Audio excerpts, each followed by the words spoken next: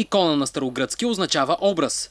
И на 20-те платна в галерията са запечатани образи, но не на светци, а на легенди на популярната култура от близкото и не толкова далечното минало.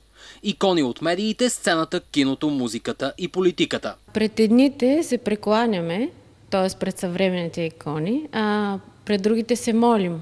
Съвременните икони са свързани с хедонизма повече, а другите, класическите, са свързани с мъченичеството. Героите от медиите са емблеми на нашето съвремие, защото са носители на представата ни за красота, сила, талант, успех. Те, освен че са харизматични, имат силно сценично присъствие, имат какво да дадат на зрителя, на хората. Всички ги обичат. Първата икона на поп-арта е Мерилин Монро, създадена от Анди Уорхол. Постепенно все повече образи на поп-културата стават икони. Появата им на живо предизвиква истерия, а пред таланта им се прекланят милиони. Това са образите, които ни гледат от екрана. Имат много последователи и са заслужили с това, че са талантливи, истински талантливи. Аз не мисля, че те не заслужават да бъдат запомнени, защото дават много от себе си.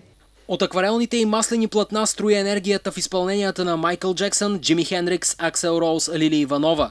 Филмовите звезди Джони Деп, София Лорен, Пенелопе Круз, Невена Коканова увличат с образите си в киното. Музика се носи от диджейските платна на Георги Митев, защото ритъмът не се възприема само със слуха.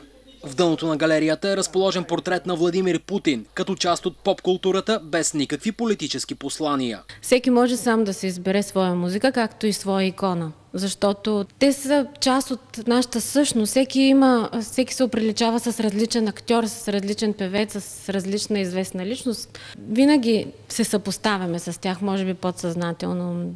Изображенията са натоварени с поп-арт звучене, а с динамиката си образите стоят близо до плакатната живопис. Изложбата ще остане във Варненската галерия Актив Арт до 3 май.